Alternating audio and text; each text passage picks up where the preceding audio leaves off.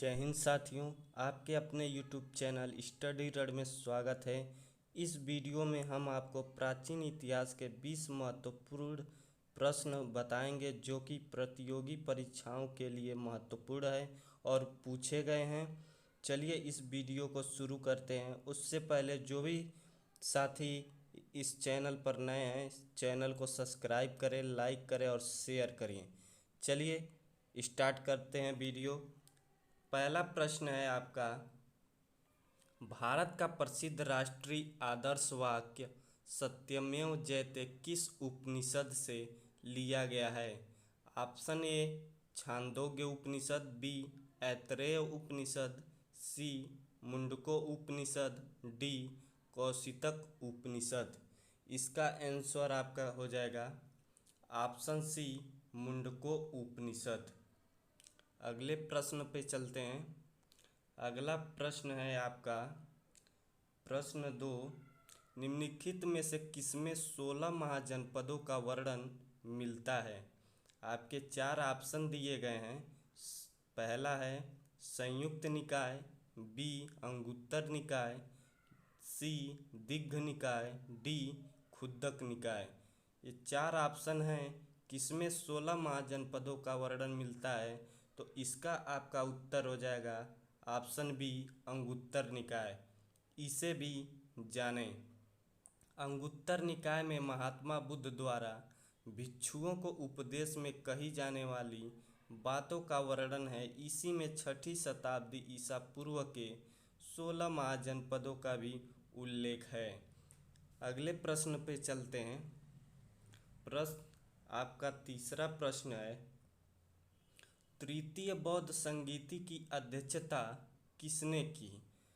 Option आपका ए है Moggaliputra Tissa, B Mahakashyap, सी सब्बकामी, D Vasumitra. 4 option आपके दिए हैं। इसका आपका उत्तर हो जाएगा ऑप्शन ए मोगलीपुत्र तिस्स। इसे भी जानें। तृतीय बौद्ध संगीति में ही अभिधम्म पिटक का संकलन अशोक के समय मोगलीपुत्र तिस्स ने किया। इसमें महात्मा बुद्ध के उपदेशों, सिद्धांतों तथा बौद्ध मतों की दार्शनिक व्याख्या की गई है। अगले प्रश्न पर चलते हैं। अगला प्रश्न 4 नंबर है। प्रश्न नंबर 4 आपका है, कोर तथा फ्लैग प्रणाली द्वारा बनाए गए औजार मुख्य रूप से कहाँ मिलते हैं? Option A Madras Chennai, B Singrauli Mirzapur, C Koldihwa Allahabad, D Hoshangabad Madhya Pradesh. तो इसका आंसर हो जाएगा आपका प्रश्न 4 का उत्तर होगा ऑप्शन ए मद्रास चेन्नई। इसे भी जाने। कोर तथा फ्लाइट प्रणाली द्वारा निर्मित प्रस्तर के औजार सिंगरौली घाटी, मिर्ज़ापुर एवं बेलन घाटी इलाहाबाद से भी मिले हैं। यानी कि उत्तर प्रदेश में भी इसके साक्ष्य आपके मिर्ज़ापुर के सिंगरौली घाटी और बेलन घाटी इलाहाबाद से भी मिले हैं। चलिए अगले प्रश्न पर चलते हैं। प्रश्न 5 पे। प्रश्न 5 आपका है, किस नदी को ऋग्वेद में नदीतमा, नदियों की माता कहा गया है? आपके 4 ऑप्शन दिए गए हैं। ए है सरस्वती, बी जमुना, सी सिंधु नदी, डी परुशड़ी नदी। तो इसका आंसर आपका हो जाएगा ऑप्शन ए सरस्वती नदी। इसे भी जानें। सरस्वती नदी अब राजस्थान में विलुप्त हो गई है। इसकी जगह पर घग्गर नदी बहती है। सरस्वती नदियों में प्रमुख है तथा ऋग्वेद की सबसे पवित्र नदी इसे ही माना गया है। अगले प्रश्न पर चलते हैं। प्रश्न 6 प्रश्न होगा। प्रश्न नंबर 6, बृहदेश्वर मंदिर का निर्माण किसने कराया था? आपके चार ऑप्शन हैं। ए राजेंद्र, बी राजराज प्रथम, सी प्रांतक प्रथम, डी विक्रम चौल। तो इसका आपका उत्तर हो जाएगा ऑप्शन बी राजराज प्रथम। इसे भी जाने। इस मंदिर को चोल शासक राजराज प्रथम ने तंजौर में बनवाया था, जिसे उसके नाम पर ही इसे राजराजेश्वर शैव मंदिर भी कहते हैं। चलिए साथियों, अगले प्रश्न पर चलते हैं। अगला प्रश्न 7 नंबर है। प्रश्न 7 है, चंदेल शासकों ने उत्तर प्रदेश के बुंदेलखंड भूमि पर स्वतंत्र राजनीतिक इतिहास प्रारंभ किया, उसका प्राचीन नाम क्या है? आपके चार ऑप्शन हैं। ए है पूर्व का सिराज, बी महोदय श्री, सी कुशावती और डी जेजाक भुक्ति। तो इस प्रश्न का उत्तर आपका हो जाएगा ऑप्शन डी जेजाक भुक्ति। इसे भी जाने। तो क्या है ये भी जान लेते हैं। चंदेल वंश का संस्थापक नन्नुक था। इसकी राजधानी प्रारंभ में कालिंजर महोबा थी, जिसे राजा धंग ने स्थानांतरित कर खजुराहो कर दिया। चलिए अगला प्रश्न देखते हैं। प्रश्न 8 है। प्रश्न 8 आपका है, मोहनजोदड़ो को किस भाषा में मृतकों का टीला कहा जाता है?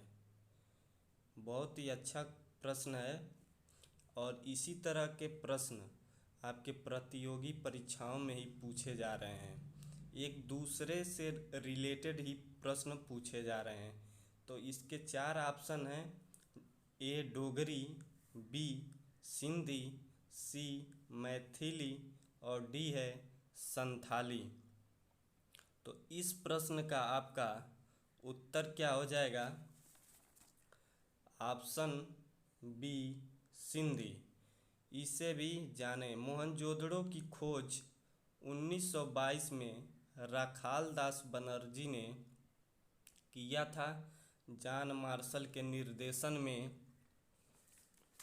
इसकी खुदाई 1922 से 1930 तक हुआ। यह स्थल वर्तमान में पाकिस्तान के सिंध प्रांत के लारकाना जिले में स्थित है। चलिए अगले प्रश्न पर चलते हैं। अगला प्रश्न क्या है? प्रश्न नंबर 9। प्रश्न नंबर 9 है, किस राजा ने कौशलमा जनपद के प्रसेनजीत की बहन महाकौशला से विवाह कर काशी को दहेज में प्राप्त किया था? आपके चार ऑप्शन दिए गए। ए अजातशत्रु, बी बिंबिसार, सी उदयन, डी बिंदुसार। तो इसका आपका उत्तर हो जाएगा ऑप्शन बी बिंबिसार। इसे भी जाने। बिंबिसार हर्यक वंश का राजा था। इसका उपनाम श्रेणिक था। हर्यक वंश के लोग नागवंश की एक उपशाखा थे। बिंबिसार महात्मा बुद्ध का मित्र एवं संरक्षक था। विनय पिटक से ज्ञात होता है कि बुद्ध से मिलने के बाद इसने बौद्ध धर्म ग्रहण कर लिया। अगले प्रश्न पर चलते हैं। प्रश्न नंबर 10 है। प्रश्न 10, श्रीनगर कश्मीर में श्रीनगर नामक नगर की स्थापना किसने की? ए अशोक, बी चंद्रगुप्त, सी बिंदुसार, डी बृहद्रथ। तो इसका आपका उत्तर हो जाएगा ऑप्शन ए अशोक।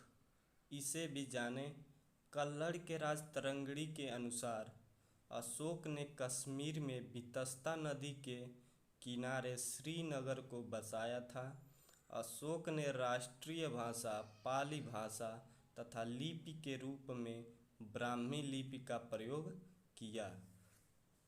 चलिए अगले प्रश्न पर चलते हैं। प्रश्न 11 है, कौटिल्य के अर्थशास्त्र से किसकी जानकारी मिलती है? ऑप्शन ए सामाजिक, बी आर्थिक, सी राजनीतिक, डी व्यवसायिक। इसका उत्तर आपका हो जाएगा ऑप्शन सी राजनीतिक। इसे भी जाने चाणक्य चंद्रगुप्त मौर्य का गुरु तथा प्रधान सेनापति भी था। अगले प्रश्न पर चलते हैं। प्रश्न 12 है और जो भी साथी इस चैनल पर नए हैं चैनल को सब्सक्राइब करें, लाइक करें और शेयर करें। चलिए प्रश्न नंबर 12 देखते हैं। 16 महाजनपदों में काशी किसके लिए प्रसिद्ध था? आपके 4 ऑप्शन दिए गए हैं।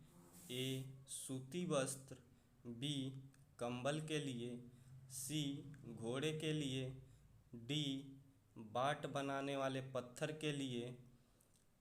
तो इन चारों ऑप्शन में से आपका उत्तर क्या हो जाएगा? ए सूती वस्त्र के लिए। इसे भी जाने बाट बनाने वाले पत्थर के लिए मगध को जाना जाता था, कंबल के लिए नेपाल को, घोड़े के लिए कंबोज को तथा हाथी के लिए कलिंग और अंग को माना जाता था। अगले प्रश्न पर चलते हैं। प्रश्न 13।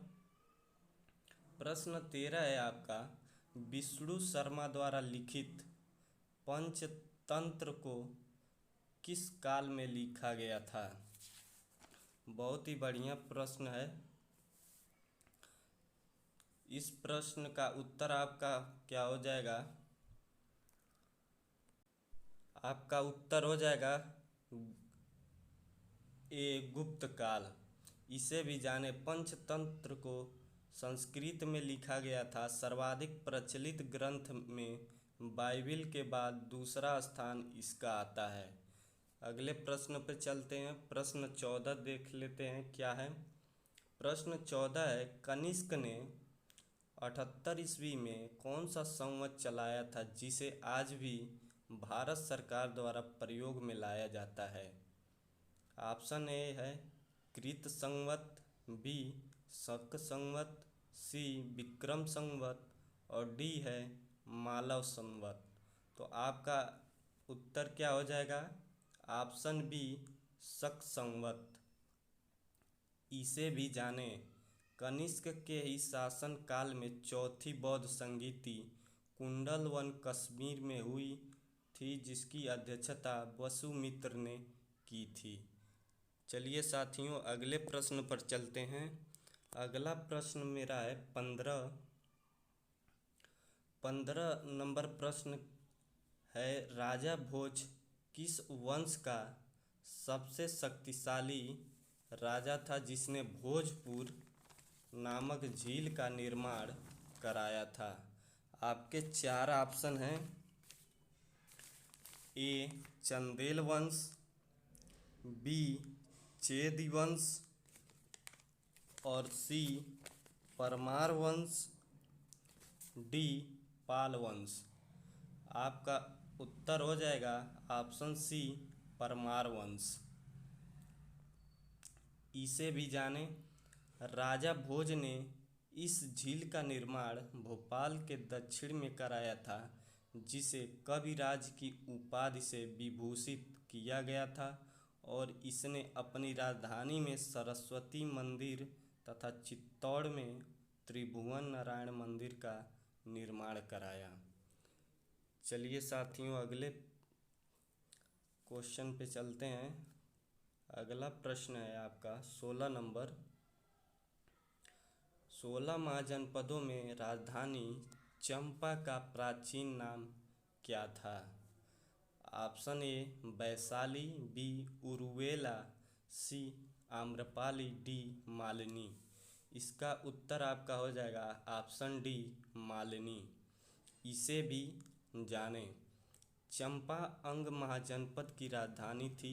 इसका प्राचीनतम उल्लेख अथर्ववेद में मिलता है, उत्तरी बिहार का आधुनिक भागलपुर तथा मुंगेर इसके अंतर्गत आता था। चलिए अगले प्रश्न पे चलते हैं। आपका अगला प्रश्न 17 नंबर है। कांची के कैलाश मंदिर का निर्माण कराया था। आपके 4 ऑप्शन दिए गए हैं।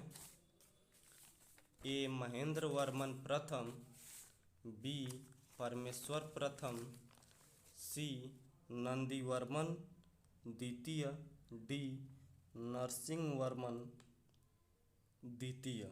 तो आपका आंसर हो जाएगा ऑप्शन डी नरसिंह वर्मन द्वितीय।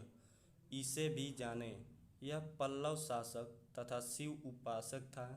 कैलाश मंदिर को राज सिद्धेश्वर मंदिर भी कहा जाता है। इसी मंदिर निर्माण से द्रविड़ स्थापत्य कला की शुरुआत हुई। महाबलीपुरम में शोर मंदिर का निर्माण भी इसी ने ही कराया था। इसी के दरबार में 10 कुमार चरित्र के लेखक दंडी रहते थे। चलिए साथियों अगले प्रश्न पर चलते हैं। अगला प्रश्न है प्रश्न 18। गांधार शैली और मथुरा शैली का विकास किसके शासनकाल में हुआ। इसके 4 ऑप्शन हैं। ए है चंद्रगुप्त मौर्य, बी कनिष्क, सी रुद्रदामन प्रथम, डी अशोक। इसका उत्तर आपका हो जाएगा ऑप्शन बी कनिष्क। इसे भी जाने, मथुरा संग्रहालय में कुषाण कालीन मूर्तियों का संग्रह अधिक मात्रा में है। गांधार कला के लिए तक्षशिला प्रसिद्ध था। रेशम मार्गों पर इस समय दूसरों का नियंत्रण था। रेशम मार्ग का प्रारंभ कनिष्क कराया था। चलिए अगले प्रश्न पर चलते हैं। प्रश्न नंबर 19 देखते हैं। प्रश्न 19 है अंकोरवाट का मंदिर किसने बनवाया था।